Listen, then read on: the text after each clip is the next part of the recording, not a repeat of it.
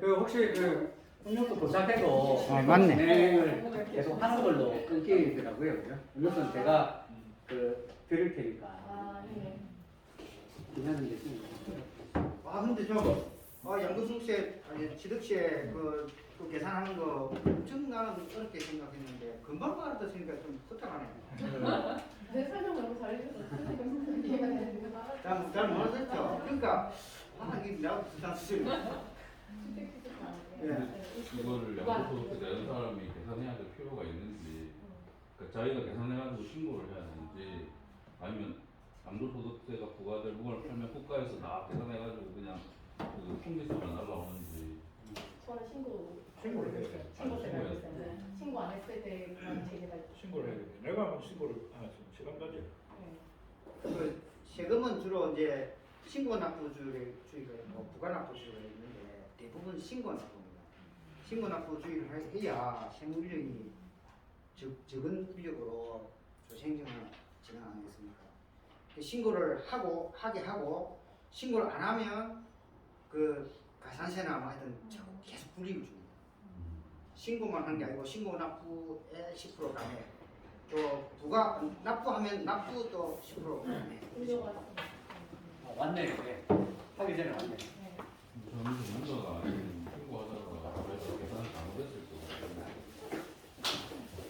계산을 잘못하면 많이 냈으면 많이 낸 거 돌려달라, 적게 냈으면 세무서에서 더 내라 하는데 더 내라 하면서 그만큼 작게 냈으니까 납부 감액 그 10% 그게 감액받아서 못 받는 게 그러니까 결국 더 내는 거고 신고하면 또 잘못한다. 당연히 납세자 그래서 세무가 있는 거야. 예를 들어서 2억이 정상적인 계획인데 1억만 신고했다. 그럼 1억 적은 부분에서는 10%든 20%를 더 내야 돼. 이게 있어요. 다 계산을 하고 있는데 그렇죠. 사실상 납세자를 알아서 하라는 거죠.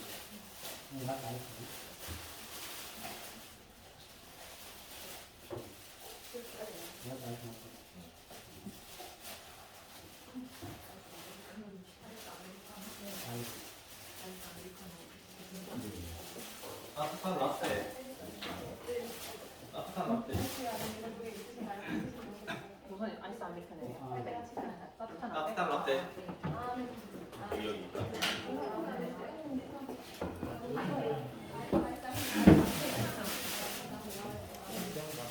여기.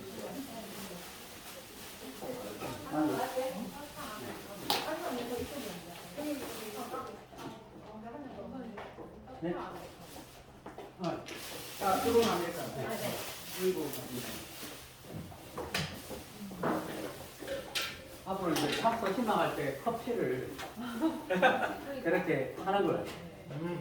아, 미리, 네. 네. 엄청 좋아요. 되게 좋죠. 예. 문자로 미리. 네, 네. 상담할 얘기할 때. 참가한테 이렇게 가로를 이렇게. 예. 아, 여기가 어디죠? 메가 커피입니다. 배달도 해요.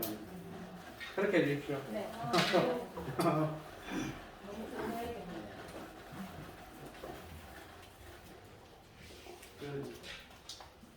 제가 동영상 촬영 관계로 앞에 인사하고 있는 걸 정식으로 하겠습니다.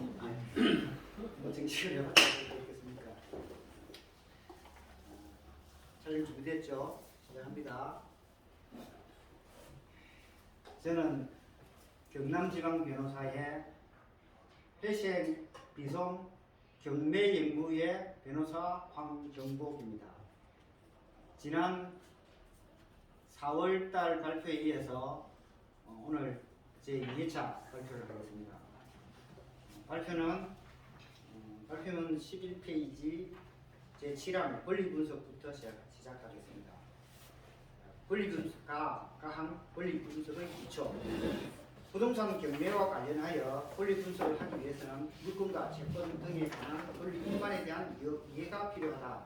권리 일반에 관한 자세한 내용은 민법에 의한다.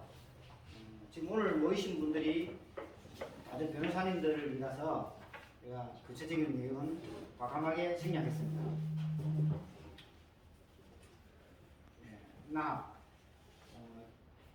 그 권리 분석을 하는 전제로 그 권리는 크게 나눠서 등기 기록에 나타나는 권리와 등기 기록에 나타나지 아니하는 권리로 나눌 수 있습니다. 먼저 등기 기록에 나타나는 권리로는 그 당해 물건에 대한 등기 사항 전부 증명서에는 권리 분석의 기초 자료가 되는 경매 개시 결정 등기, 압류 등기, 가압류 등기, 근저당 등기, 조세 압류 등기, 민법상 임차권 등기, 가처분 등기 등 여러 가지 권리들이 기재되어 있습니다. 각 권리들의 상호관계를 면밀히 살펴봐야 할 것입니다. 여기서 한 가지 이제 특이한 점은 예고 등기입니다. 예고 등기는 2012년에 폐지됐습니다.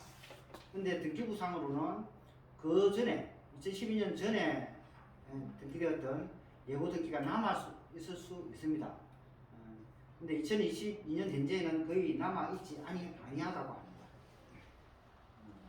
다음 그 등기 기록에 나타나지 아니하는 권리, 이게 훨씬 더 중요한 것 같습니다. 그 등기 기록에 나타나지 아니하는 권리에 해당하면서 중요한 것은 임차권, 법정지상권, 유치권 등이 있습니다. 첫 번째, 임차권에 관해서 보겠습니다. 주택임대차보호법상에 임차권이 있는데 그 임차권은 크게 4가지 또는 5가지 정도로 나눌 수 있습니다. 1번 대항력 있는 선순위 임차인, 2번 대항력 없는 선순위 임차인, 3번 대항력 있는 후순위 임차인, 4번 대항력 없는 후순위 임차인, 그리고 특별한 규정으로 소액 임차인, 이렇게 한 5가지 정도로 나눠볼 수 있습니다.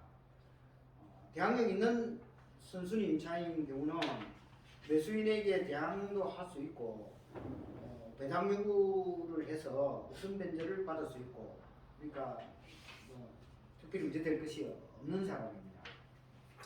그 다음에 대항력 없는 선순위 임차인, 예컨대 그 건조당보다 먼저 주택에 입주하였으나 전입 신고를 하지 않아서 대항력이 없는 경우 임차인의 권리는 매수인에게 인수되지 아니합니다.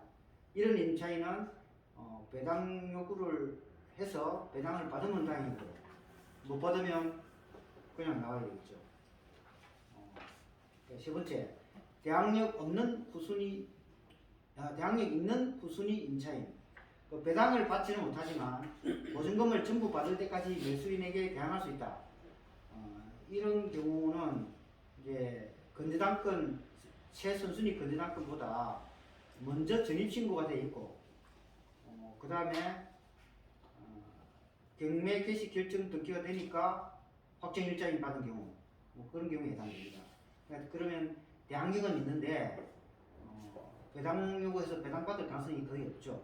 그래도 이 사람은 매수인에게 자기 그 보증금 다 받을 때까지 대항할 수 있으니까 그 별다른 걱정을 안 해도 되는 사람입니다. 네 번째, 대항력 없는 후순위 임차인, 매각으로 소멸하고 별 권리가 없으니까 그냥 나와야 됩니다. 이런 사람은 이제 문제가 그러니까 주택 인도에 문제가 생기겠죠. 이사비 좀 달라거나 그런 문제가 예상이 됩니다. 그다음에 다섯 번째, 소액 임차인이 있는데 주택임대차 보호법상 소액 임차인은 최우선 배당을 받습니다. 최우선 변제 적용 여부는 등기부상의 최초 건저당권 설정 등기 일자를 지정합니다. 그래서 그 소액 임차인이 우선 변제권을 행사하기 위해서는 첫 경매 개시 결정 등기 전에 주택임대와 주인등록이라는 대항력권을 갖추어야 하고 또 배당 요구 종기까지 배당 요구를 해야 합니다. 이게 그러니까 첫 번째 요건으로 최순위 건저당권 설정 등기보다 더 먼저 그 소액 임차인 요건에 해당되어 있습니다. 이게 소액 임차인에 해당되는 여부가 법 규정에 법이 계속 개정이 되는데 연도에 따라서 다 다릅니다. 이거는 개별 법 조문을 보고 확인을 해야 됩니다.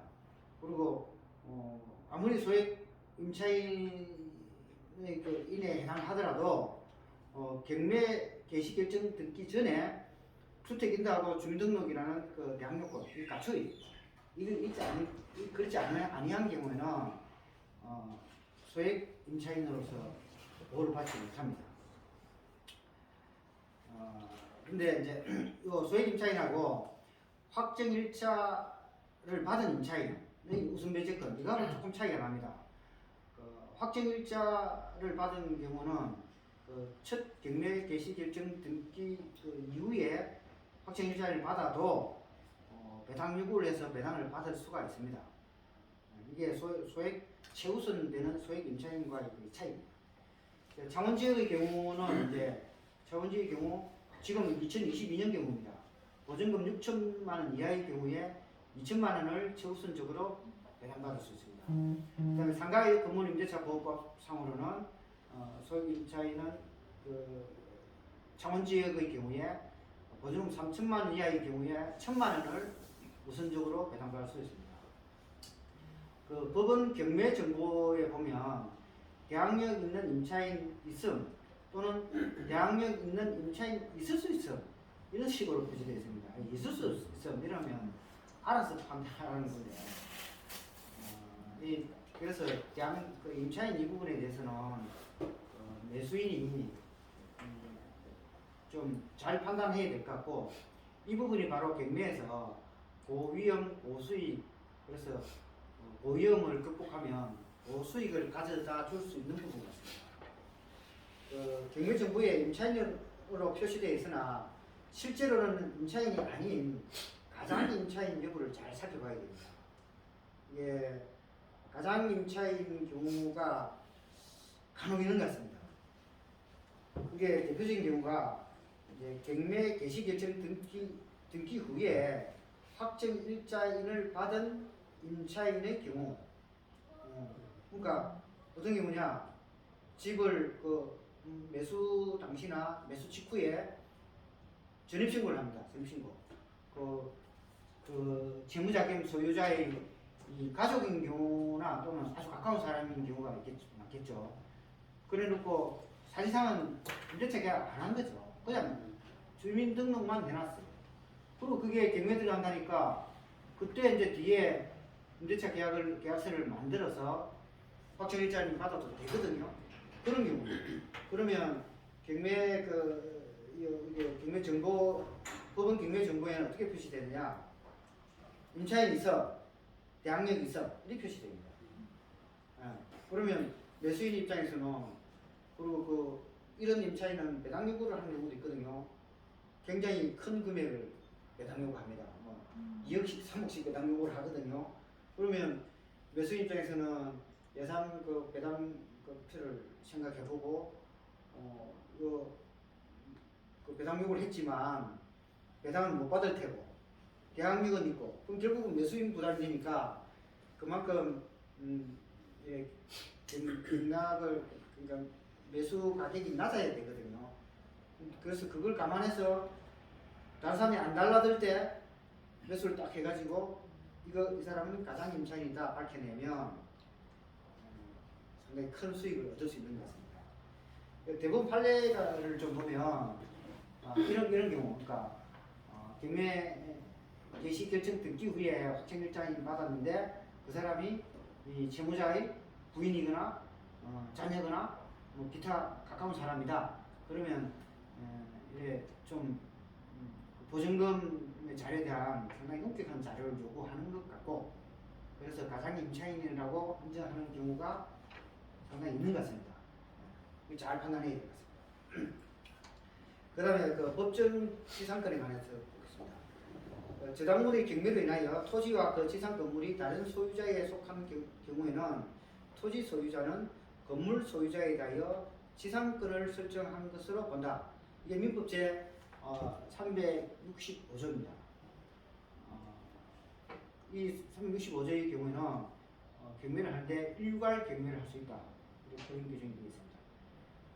그 법정지상권하고 또 유사한 것이 관습법상의 법정지상권하고 분묘기지권 이런 게 있는데 이거 존재부터 잘 파악해야 하겠습니다. 이런 법정지상권의 문제는 이제 건물뿐만 아니고 임목의 경우에도 법정지상권 문제가 생깁니다. 그래서 나무가 있는 경우에는 그 임목이 있는지 또 임목은 아니더라도 우리 민법상에 보면 명인방법이라고 나오죠. 명인방법을 해준 그런 수목이 있는지 잘 살펴야 될 것 같습니다. 그 법원 경매정보에는 분묘가 소재하나 법정지상권 성립 여부 불명함 등으로 표시되어 있습니다. 그래 여기서 제가 분묘기지권에 대한 대법원 판례를 하나 소개하겠습니다.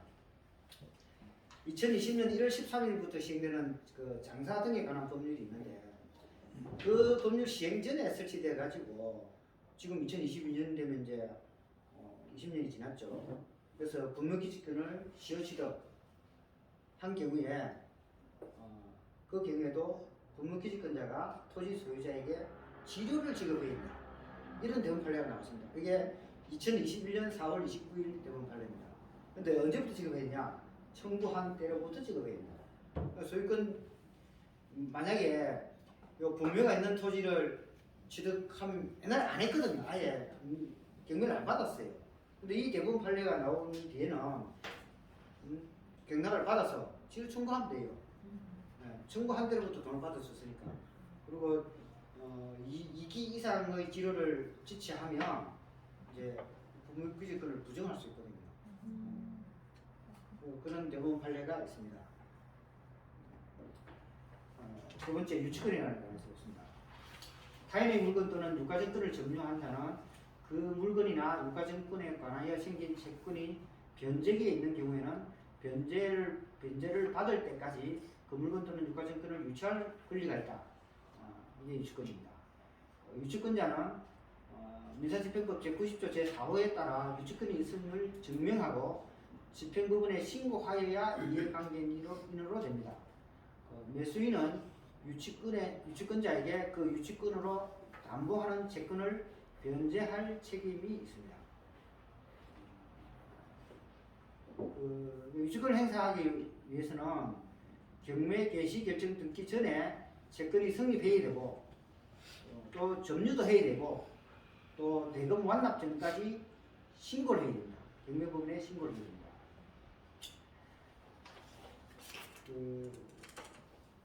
대법원 판례를 하나 소개하겠습니다.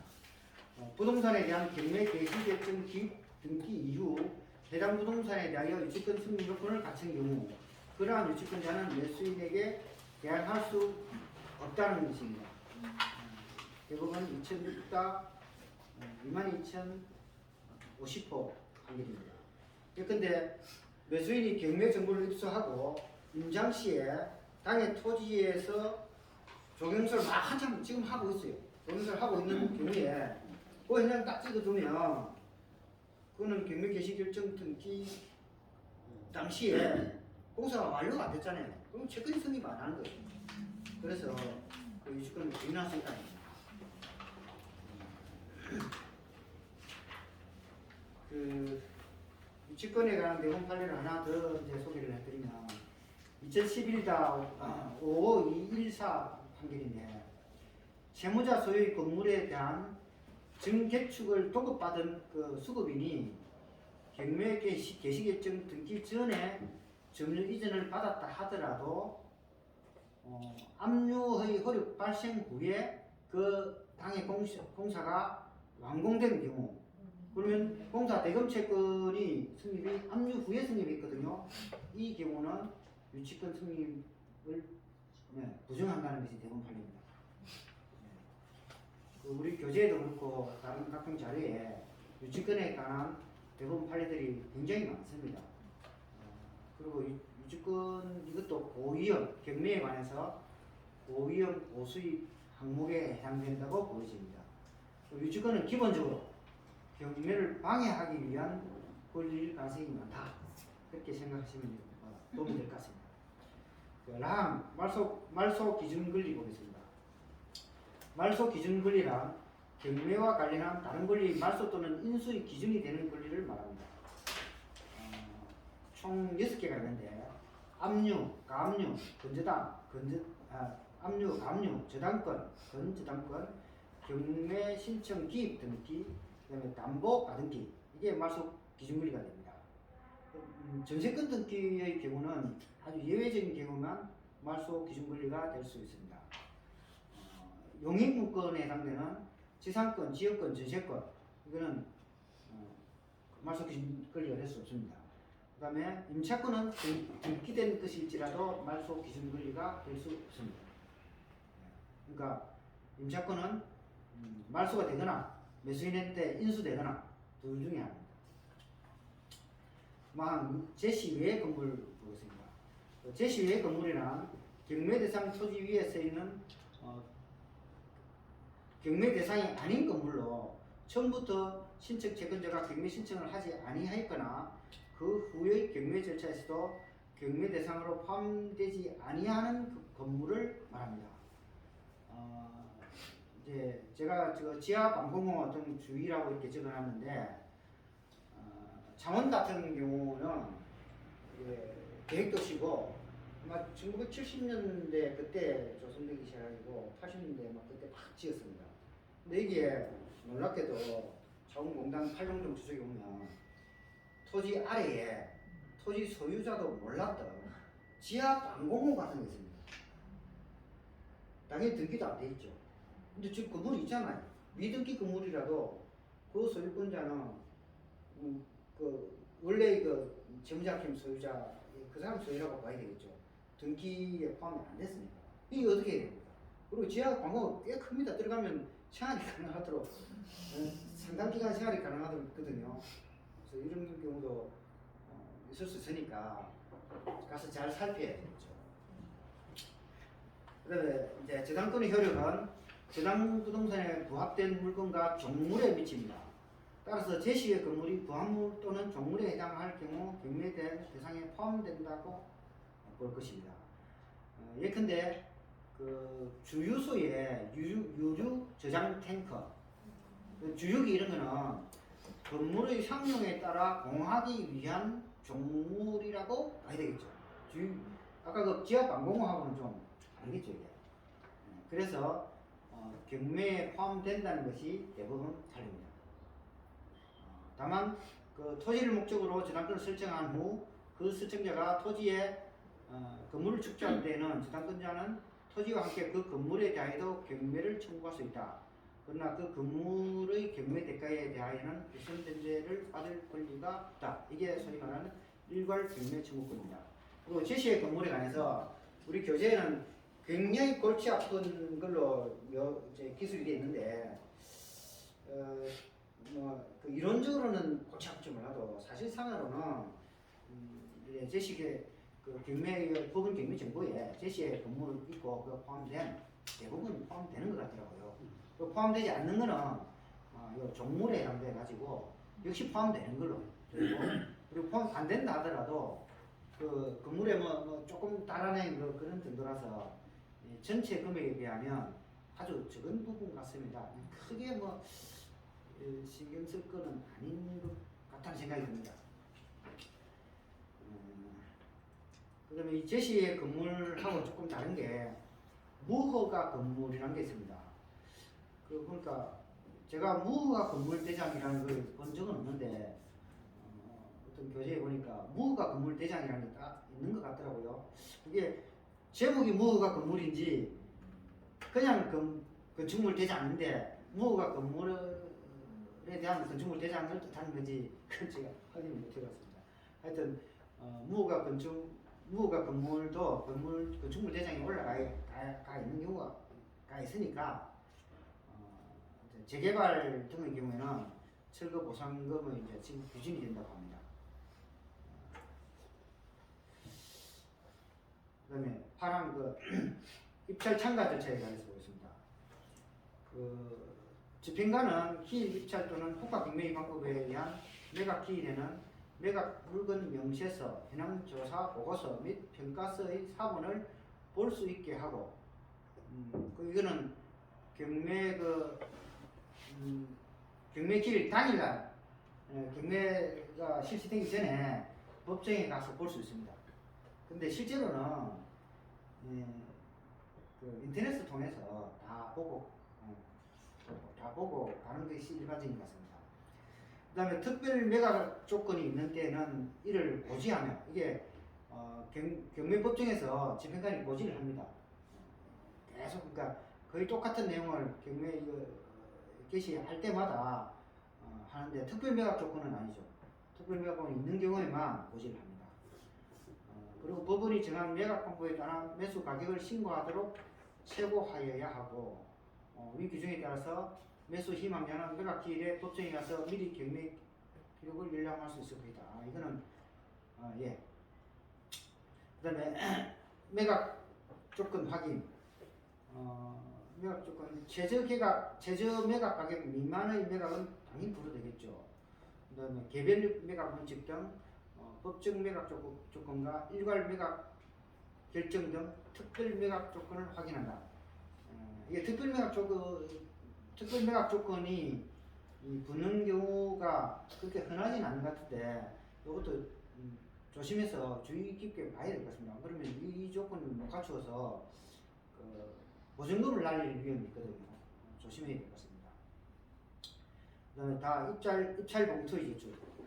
입찰 법정 입찰대에서 기일 입찰표를 작성하고 입찰 보증금 매각가액 10%를 넣은 봉투를 먼저 봉한 다음에 그보다 큰 입찰 대봉투에 기일 입찰표와 표와 입찰 보증금 봉투를 함께 넣어서 봉한 다음 투철함에 투입한 후 개찰 결과를 기다려야 합니다. 이때 이제 입찰 보증금 요거를 이제 입찰 보증금 봉투에 넣는데 대개는 기일 하루 전에 은행에 가서 그 제저 매각가에 딱 맞도록 자기합 수표를 발행받아서 그렇게 내는 게 일반적인 것 같고 실제로 보니까 법정에 가니까 5만원짜리 현금 뭉치를 그걸 넣는 사람이 있더라고요. 뭐 무슨 이유인지는 모르지만 적은 금액이 아닌데 그런 사람도 있더라고요.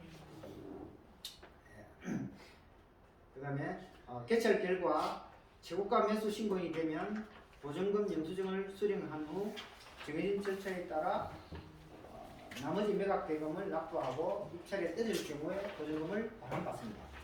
보증금 반환은 이제 최고가 매수인 발표하고 그 법정에서 바로 돌려줍니다.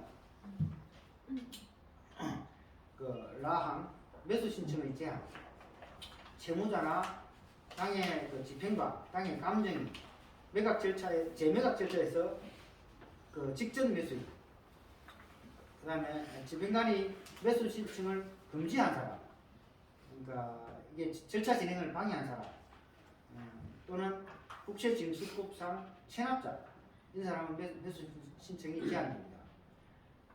여기서 이제 채무자의 상속인은 매수 신청이 제한되느냐 이게 문제가 될 수 있는데 상속 포기나 한정 승인을 한 경우는 매수 신청을 할 수 있습니다. 그 다음에 채무자와 연대 채무자 아닌 소유자도 매수 신청을 할 수 있습니다. 채무자하고 소유자하고 다를 수 있거든요. 그 다음에 매수 신청이 제한되는 사람이라도 매수인 대리인은 될 수 있습니다. 또한 소유권 이전 등기 절차 있습니다. 소유권 H등 경매의 경우에 매각 대금을 완납한 때 매수인이 소유권을 취득합니다. 법률 규정에 의한 소유권 취득이죠. 매각 대금 완납 후 소유권 이전 등기는 법원의 등기 촉탁 절차에 의하여 이루어집니다. 소유권 이전 등기를 위하여 매수인은 국민주택채권 매입 서류와 취득세 등 세금 납부 영수증을 법원에 제출해야 합니다. 주로 등기를 전문으로 하시는 법무사 등한테 맡기는 것 같은데 경매 대리를 하려고 한다면 이 등기도 같이 하는 게 좋지 않을까 생각합니다. 그리고 그러려면 국민주택채권 요거 이게 이제 얼마인지 잘 모르겠죠. 이것도 좀 찾아보니까 매입률이 그때 다 다르더라고요. 그리고 매입해야 되는 금액도 이게 주택 가액, 취득 가액에 따라서 다 다르더라고요. 대개 한 2.몇 %에서 한 3.몇 % 정도 되는 것 같습니다. 지금 공주택 채권은 등기하기 위해서 매입했다가 즉시 매도하니까 결국은 뭐 그냥 세금에 준한다고 봐야 될 것 같습니다. 나 취득세와 양도소득세에 관해서 보겠습니다. 그 부동산의 경우에 취득세를 납부해야 됩니다. 그 주택의 경우에는 1시대 1주택, 1시대 2주택, 1시대 3주택, 조정지역 여부 등에 따라서 취득세율이 과세표준의 1.0%에서 12%까지 다양하게 규정되어 있습니다. 과세표준은 취득가액을 얘기합니다. 그러니까 경매니까 경매가 낙찰가액을 얘기합니다. 그 다음에 농어촌 특별세와 지방교육세도 취득세와 함께 납부해야 됩니다. 그래서 이 경매의 경우에 취득세 이 경우에 시가가 한 2억 원 하는데 그 대항력 있는 임차인이 배당 요구를 안 했어요. 근데 그 임차인의 그 보증금이 한 1억 5천만 원이다. 그런데 경락가가 2억 원이다. 그러니까 전체 매수를 시가 2억 원이니까 5천만 원보다 좀 싸게 한 4천에 경락 입찰을 받았다. 그럼 4천만 원에 대한 취득세를 내면 되는 거예요. 2억 원에 대한 취득세가 아니고 그런 유리한 점이 있습니다. 이렇게 인거는 상당히 많이 있어요. 올 전세로 있는 경우가 많거든요. 그러니까 갭 투자한 사람들이 갭 투자했다가 감당이 안 돼가 경매에 나오는 경우 있거든요. 그러면 아주 취득 세금이 아주 싸게 할 수 있고 경락 받는 사람 입장에서는 다시 그 경락 받고 난 이후에 다시 임대 내야 되는 부담이 없잖아요. 사실상 없잖아요. 이미 있으니까. 그래서 상당히 유리한 점이 있습니다. 그 기본적인 이제 취득세 규정이 이제 굉장히 복잡하게 되어 있고 부동산의 종류에 가서 다 다른데 그냥 기본적으로 주택에 관해서만 한번 제가 간단하게 한번 준비를 해봤습니다. 그 구분하면 취득가액이 6억 원 이하의 주택은 세율이 1%입니다. 그리고 6 내지 9억 원 경우는 일정한 공식으로 계산합니다. 그리고 9억 원 초과의 경우는 취득세율이 3%입니다. 그리고 농특세와 지방교육세가 있는데 농특세는 그 전용면적 85제곱미터 초과세만 0.2%입니다. 그 초과 안 하면 없다는 얘기입니다. 그래서 이게 예를 들어서 흔히 말하는 32평짜리 아파트 그게 전용 면적 85제곱미터가 되게 안 됩니다. 그걸 취득하면 취득세율이 1%. 그 다음에 그 지방교육세는 취득세율 곱하기 2분의 1 곱하기 20%니까 결국은 0.1%거든요. 그래서 1.1%의 세금을 내면 됩니다. 그래서 여기 보면 6억 내지 6억에서 9억 원 이하의 경우에 일정한 공식으로 계산한다 했는데 그 공식은 취득가액 곱하기 3분의 2억 원에서 마이너스 3 곱하기 100분의 1 그러면 1 내지 3%의 금액이 나옵니다. 예를 들어서 7억 원이다. 그럼 소수점 막 내려가기 때문에 소수점 이하 5째 자리에서 만올림해서 그 값으로 세율로 삼습니다. 그 다음에 다주택 및 조정 대상 지역의 경우는 세율이 달라집니다. 올라갑니다. 조정 대상 지역에는 1주택의 경우에도 1주택의 경우에도 1 내지 3%, 2주택의 경우는 8%입니다. 3주택 이상의 경우는 12%입니다. 이게 최고 세율입니다. 더 이상은 없습니다.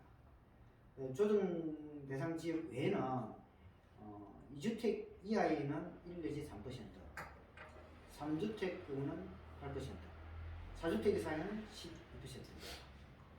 예를 들어서 2주택자가 조정 대상 지역의 주택을 추가로 하나 더 취득하면 그게 3주택이 되거든요. 3주택자가 하나 더 취득하니까 3주택이 아니고 2주택자가 세 번째 주택을 취득하면 이제 3주택 세금을 내야 되는 겁니다. 예. 그때 이제 취득세가 12%가 되는 겁니다. 취득세 이게 장난이 아니죠. 근데 이게 주택수에 포함이 안 된 주택이 있습니다. 그게 시가 가시표준이 시가 표준이 1억 원 미만 주택. 이거는 안 됩니다. 그러면 조형 오피스텔이 되게 1억 원 안 하거든요. 그런 거는 주택수에 포함 안 되니까 그걸 참고하면 좋을 것 같습니다. 그다음에 거래 가액 신고.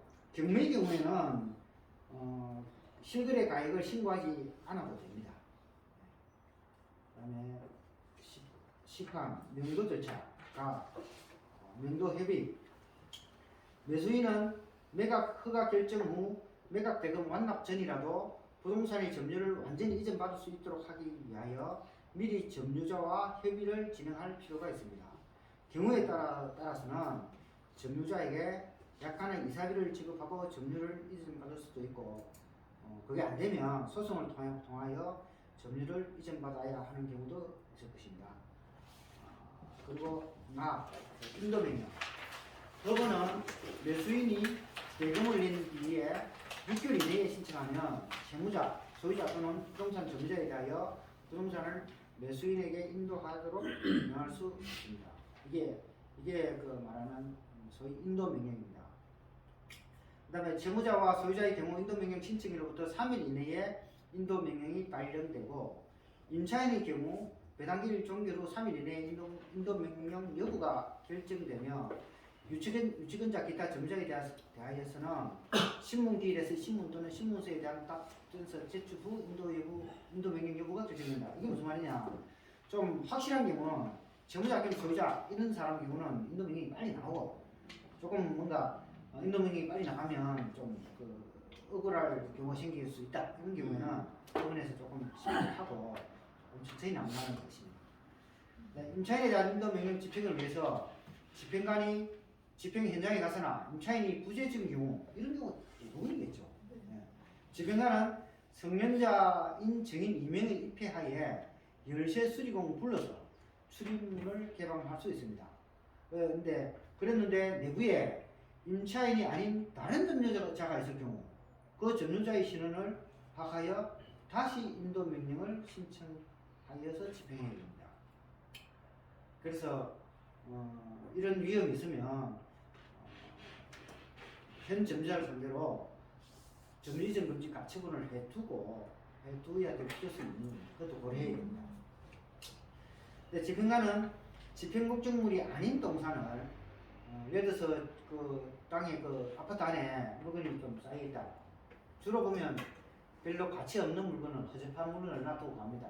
그리고 나중에 없으면 자기 금송아지 잃어버렸다고 막 때려 쓰는 그런 상황이거든요. 그래서 집행 목적물이 아닌 동산을 채권자 또는 제3자에게 보관시킨 경우에는 그 보관자로부터 일정한 기간 내에 수취하여 가라는 뜻, 그리고 그 동산의 수취를 결의한 때는 매각 절차를 받게 된다는 내용을 채무자 또는 수취 권한이 있는 제3자에게 통지하여야 한다. 이 규정이 이제 생긴 지가 한 10년 정도 된 것 같은데, 이게 하도 그 점유자들이 이 집행에 이제 방해가 되니까 이런 규정을 만들어서 그 안에 동산이 있으면 채무자 또는 뭐 소유자 분명히 뭐 동산이 있으면 그걸 몽땅 다른 데 보관시키고, 그 보관시키는 비용은 일단은 이 매수인이 부담해야 됩니다. 다른 데 보관시키고 요 물건 소유자한테 찾아가라. 안 찾아가면 그 처분해서 내 보관 비용 충당시키고 버려버린다. 뭐 그런 식입니다. 그리고 대부분의 경우는 이렇게 부동산 이렇게 경락으로 받은 부동산의 경우에 인도명령으로 대부분 해결된다고 합니다. 인도명령으로 해결 안 되는 게 거의 없다고 하고, 그리고 지금 우리 이 자리에 계신 분들은 다 변호사들이니까 인도받기 위한 소송하는 거 어렵지 않을 것이라고 생각이 됩니다. 11항 공매 절차에 관해서 보겠습니다. 공매 절차에 관해서는 우리 저 기본 교재에는 없어서 제가 다른 교재를 보고 좀 비교적 간단하게 언급을 했습니다. 가항 국세징수법 부동산 공매에 관한 사항을 규율하는 법률은 국세징수법입니다. 관할 세무서장은 압류한 부동산 등 물건, 이 금전은 제외입니다. 등을 대통령령으로 정하는 바에 따라 공매합니다. 그래서 이 공매의 공매 절차의 주체는 관할 세무서장입니다. 나항 공매 절차, 공매 공고, 공매 통지, 공매 재산 명세서의 작성 및 비치, 배분 요구서 제출, 입찰과 개찰, 재공매, 매각 결정 및 매수 대금의 납부 기한 결정, 배분기일, 배분계약서 작성 등 공매 절차는 민사집행법의 경매 절차와 유사한 면이 많다. 이 용어는 다르고 거의 비슷한 것 같습니다. 경매 절차와의 차이점에 관한 상세한 절차는 국세징수법에 의해야 할 것이다. 제가 그 라항의 경매와 차이점을 조금 적어놨습니다. 그 다음 공매물건의 그 검색. 이 검색은 인터넷에서 온비더 홈페이지를 검색하면 공매물건에 관한 상세한 정보를 알 수 있습니다. 공매물건 중에 좀 탐나는 것도 많죠. 자연 풍광이 아주 아름다운 저 남해안 저 섬에, 그 섬에 주로 옛날에 그 땡땡 초등학교 분교가 있어요. 땡땡 초등학교 무슨 섬 분교. 그 분교 참 사고 싶은데 안 가더라고요. 정말 좋아요. 이게 학교가 되게 보면 그 섬의 중앙에 좀 높은 곳에 위치해 있거든요. 물에 잠기지 않을 만한. 그리고 옛날에 우리 거기 분교장이 거주했던 그 사택이 있어요. 그 사택하고 별장을 쓰기 아주 좋겠던데 팔지 않더라고요. 정말 재밌다. 저는 그걸 한다면 캠핑장 되게 이런 생각했었는데. 캠핑장 그러니까 네. 캠핑장 같은 뜻인 것 같습니다. 예, 그 경매와의 차이점에 관해서 보겠습니다. 그 한국자산관리공사 등이 세무서장을 대행하여 공매를 진행합니다. 그러니까 법상에 관할 세무서장이 공매의 주체지만은 대부분의 경우는 한국자산관리공사에 위탁해서 하는 것 같습니다. 관할 세무서장은 재공매를 할 때마다 최초의 공매 예정 가격의 10분의 1에 해당하는 금액을 차례로 줄여서 공매합니다. 경매의 경우는 대개 20%죠. 그런데 30% 하는 경우도 있습니다. 대개 20%고 한 번에 30%씩 줄이는 경우가 있습니다. 그런데 공매의 경우는 10%씩 줄입니다. 최초의 공매 예정 가격의 100분의 50에 해당하는 금액까지 차례로 줄여 공매하여도 매각되지 아니할 때는 새로 공매 예정 가격을 정하여 재공매를 할 수 있습니다. 이게 이제 그 무임역 시에 최저 공매가를 다시 결정하여 공매 절차가 가능하다는 건데, 이게 경매의 경우에는 무임역 공매, 그러니까 남을 가망성이 없을 때는 경매 신청이 기각되거든요. 그거 차이점입니다. 그다음에 대금 납부 기한은 매각 결정일로부터 대개 7일입니다. 경매의 경우는 25일이거든요. 이거는 7일입니다. 공매의 경우는 전자 입찰이 가능합니다. 그러니까 사무실에 앉아서 다 됩니다. 전부 다. 경매는 아직 전자 입찰이 안 되고 있습니다. 그다음에 매수인 자격에 있어서 재매각의 전 매수인도 매수인이 될 수 있습니다. 그러니까 보증금 10% 날린 사람이 또 매수인이 될 수 있다는 겁니다. 다만 체납자, 세무공무원, 당해 감정인 이런 사람은 매수 자격이 있지 않습니다. 드디어 이제 제가 결론을 말씀드리겠습니다. 경매의 장점은 물건을 시가보다 낮은 금액으로 취득할 수 있다는 것입니다. 경매 정보에 표시된 것을 기본으로 하여 그 이면의 정보까지 분석할 수 있다면 경매로 인한 수익이 더욱더 클 것입니다. 제가 결론에 이렇게 점잖게 표현했지만 제가 여러 번 말씀드린 고위험, 고수익 그걸 제가 표현했습니다. 경매 절차를 거친 부동산은 과거의 그 복잡한 권리관계를 정리하고 새로운 주인을 만나 새로운 사업의 기반이 될 수도 있을 것이고 전매 절차를 거쳐서 또 다른 주인을 만나게 될 수도 있을 것입니다. 부동산 경매 절차에 대한 법률적 지식을 가진 사람은 경매 대상 부동산과 새로운 주인을 서로 연결시키는 역할을 함으로써 가치 있는 경제 활동의 이력을 담당할 수 있을 것입니다. 이상 제가 두 분에 걸친 부동산 경매 절차의 개요라는 발표를 마쳤습니다. 감사합니다. 한 5분 정도 질문 답변 시간 이어가고 다음 발표할 분 정하도록 하겠습니다. 아까도 취득세. 예, 제가 예. 그 저기 일가구 1주택, 2주택, 4주택 요 따라가지고 취득세율이 다르다고 그랬잖아요. 예. 법인이 취득하면 취득세율이 법인은 최고세율 12%. 딱 하나밖에 세율이 없으면 단일 세율입니다.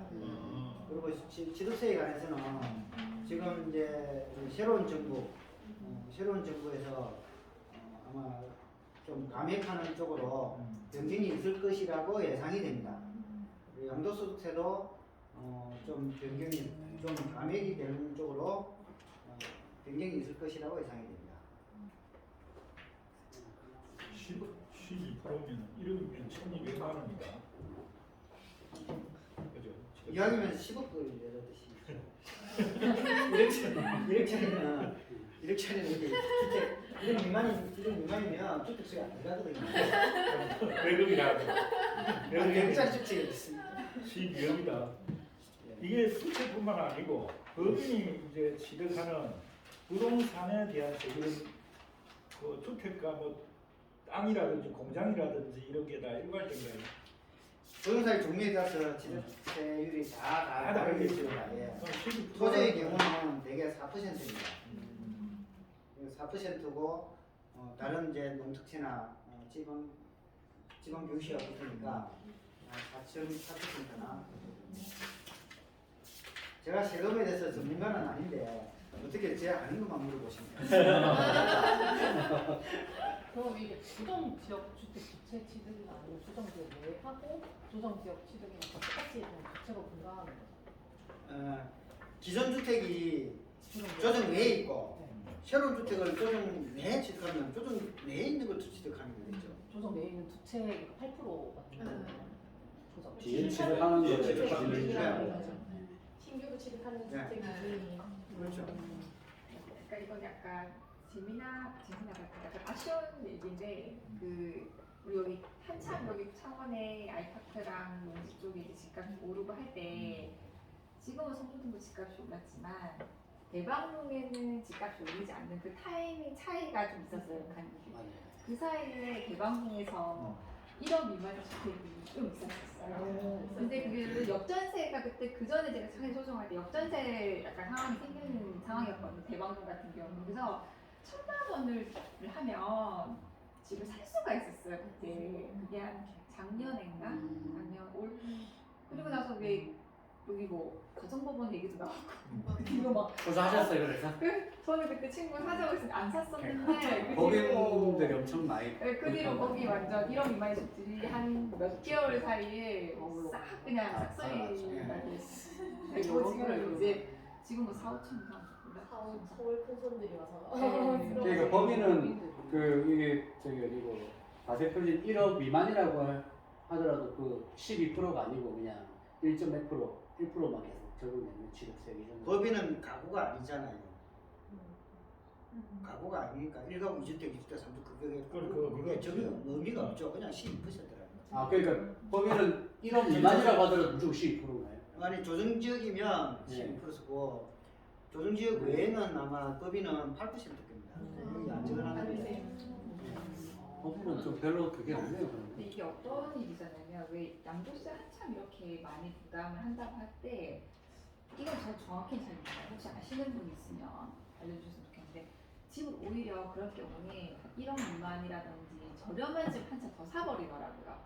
그게 오히려 양도세를 그 중간에 마이파크나 더샵 이런 집 양도세를 낮출 수 있는 방법이라고 해가지고 그것 때문에 그 대방동 쪽에 이런 집들이 이제 그 앞에 있는 이제 창원의 신축 아파트들의 양도세 부담 피하기 위해서 추가로 또 많이 매입을 하셨다고 하더라고요. 그 말씀은 예, 이제 기존 주택 있고 예, 기존 두 주택 있고 예, 또 새로운 주택 하나 더 살 건데 예, 1억 미만. 그러면 3주택이 있는데 네, 그 중간에 1억 미만을 하나 끼운다. 예. 그러면 1번 주택 예. 팔고 2번 주택 팔고 예. 하고 나면 요 싼 주택 예. 사고 난 뒤에 그 다음 비싼 주택 사는 사이에 예. 1주택이 되죠. 그러면 1번, 2번은 세금을 제대로 내고 예, 이 핵심은 여기 4번 주택이거든요. 예. 그러니까 4번 주택 팔 때 여기 1번 주택이 이게 예. 1억 미만짜리 하나 끼어 예. 있으니까 예. 이거 산 때로부터 이제 매입되니까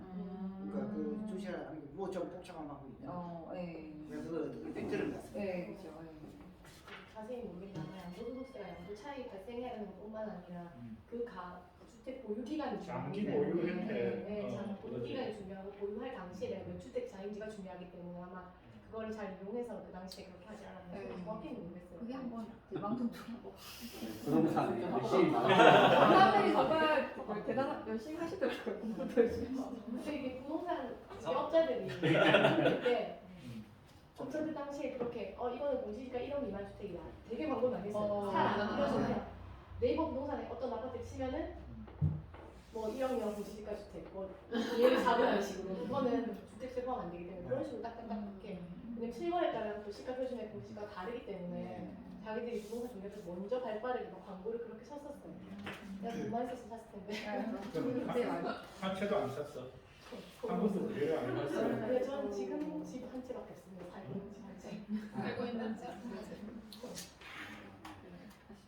그래서 돈이 없습니다. 제가 이 발표문을 준비하면서 경매에 느낀 점은 경매의 경우에는 여러 사람이 힘을 모아서 힘을 모은다는 건 돈을 모은다는 거겠죠. 그리고 협업을 해서 같이 큰 수익을 올리고 또 그 수익을 나눌 수 있는 여지가 많다 이 생각인데 현재 지금 진행되고 있는 그 경매 문건에 하는데 관심을 두고 있습니다. 최저 경매가가 30억짜리입니다. 그러면 내 혼자 불가능합니다. 아마 두 사람도 되기 어려울 거고. 그래서 현재 최저 1회 최저가가 30억짜리니까 이게 2회 3회 정도 되면 거의 절반을 떨어집니다. 그러면 4회 정도 되면 절반 밑으로 떨어지니까 그러면 한 예를 들어서 한 14억 정도 됐을 때 10명이면 1억 4천 정도 되죠. 그 1억 4천 중에 경매 물건이 있고 주택이 아니거든요. 주차장이에요. 저는 상당동에 있는 주차장인데 경매에 나오기 어려운 물건이 나왔더라고요. 그러면 1억 4천인데 대개 한 60%의 경매가의 60% 정도는 은행 대출이 가능하니까 인당 한 4천만 원? 4천, 5천 뭐 그 정도 10명이서 힘 모아서 그게 투자해 볼 수 있지 않겠냐 하는데 이제 그 주차장이면 경매가가 감정가가 15억 나왔으니까 그거는 그 주차 한 달 매출 순수익을 기준으로 하지 않았을까 하는 게 제 추측입니다. 그래서 하루에 그러니까 연간 주차 요금 그 시스템이 되어 있거든요. 그 주차 요금 수익을 기준으로 그 정도 나왔으면 그 30억 감정가 나왔으면 나중에 한 몇 번 주차를 되는 거 봐서 한번 해볼만 하지 않을까 그런 생각을 하고 있습니다. 지금 진행 중인. 제가 보기엔 돈이 잘 많을 것 같은데. 돈이 잘 많을 것 같은데.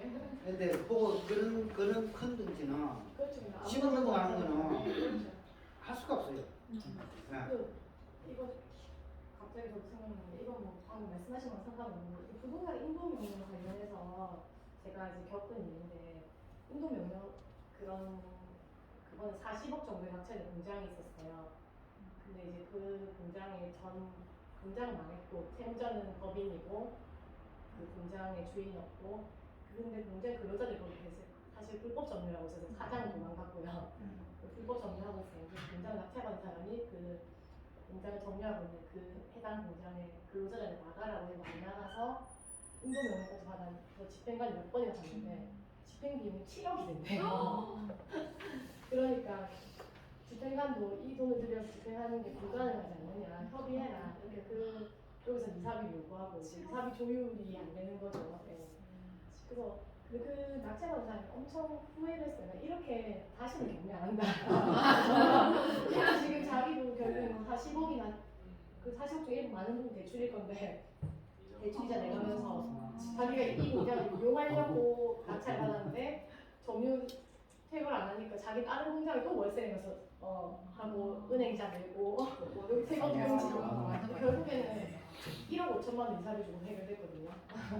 근데 이제 처음에는 뭐 몇천만 원 정도 해서 합의하려고 했지만 저 근로자들 절대 못 나간다. 뭐 3억 내놔라. 뭐 이렇게 해서 굉장히 오랜 시간 조율해서 끝냈는데 인도명령이 이런 거 그다음 법적으로 진짜 의무상 경매 집행 비용이 너무 많이 드니까 인도명령에 법적 절차가 있어도 다 명령 받아도 실제로 왜 우리 매듭이 안 이렇게 이거 맹인데 사람들을 용역을 동원해가지고 한 그런 비용 때문에 그래도 아니 그건 이제 기계 일단 기계 기계가 기계가 있다. 장비가 있으니까 장비를 다 빼야 되는데 일단 장비 이전 비용이랑 보관비용. 장비 소유자들이 근로자들이 아니 장비 소유자들이 또 리스회사들도 근로자들이 계속 리스회사랑 다시 재리스하자 이렇게 막 접촉을 해서 한 번 빼가지 않는 거예요. 근로자들 신경권에 관한 문제니까 어려워지는 거죠. 네 그렇죠. 그 사람들도 회사는 망했고 사장은 도망갔는데 우리는 여기서 좀 어떻게 조금이라도 기존 거래처랑 계속 기계를 굴려서 돈을 조금이라도 벌어야 되니까. 네, 이게 이제 그 시간 관계상 좀 중단을 하고 그 다음 그 6월 21일이거든요. 그래서 촬영을 마치겠습니다. 예, 6월 21일 날 발표하신 분 일단 한 220페이지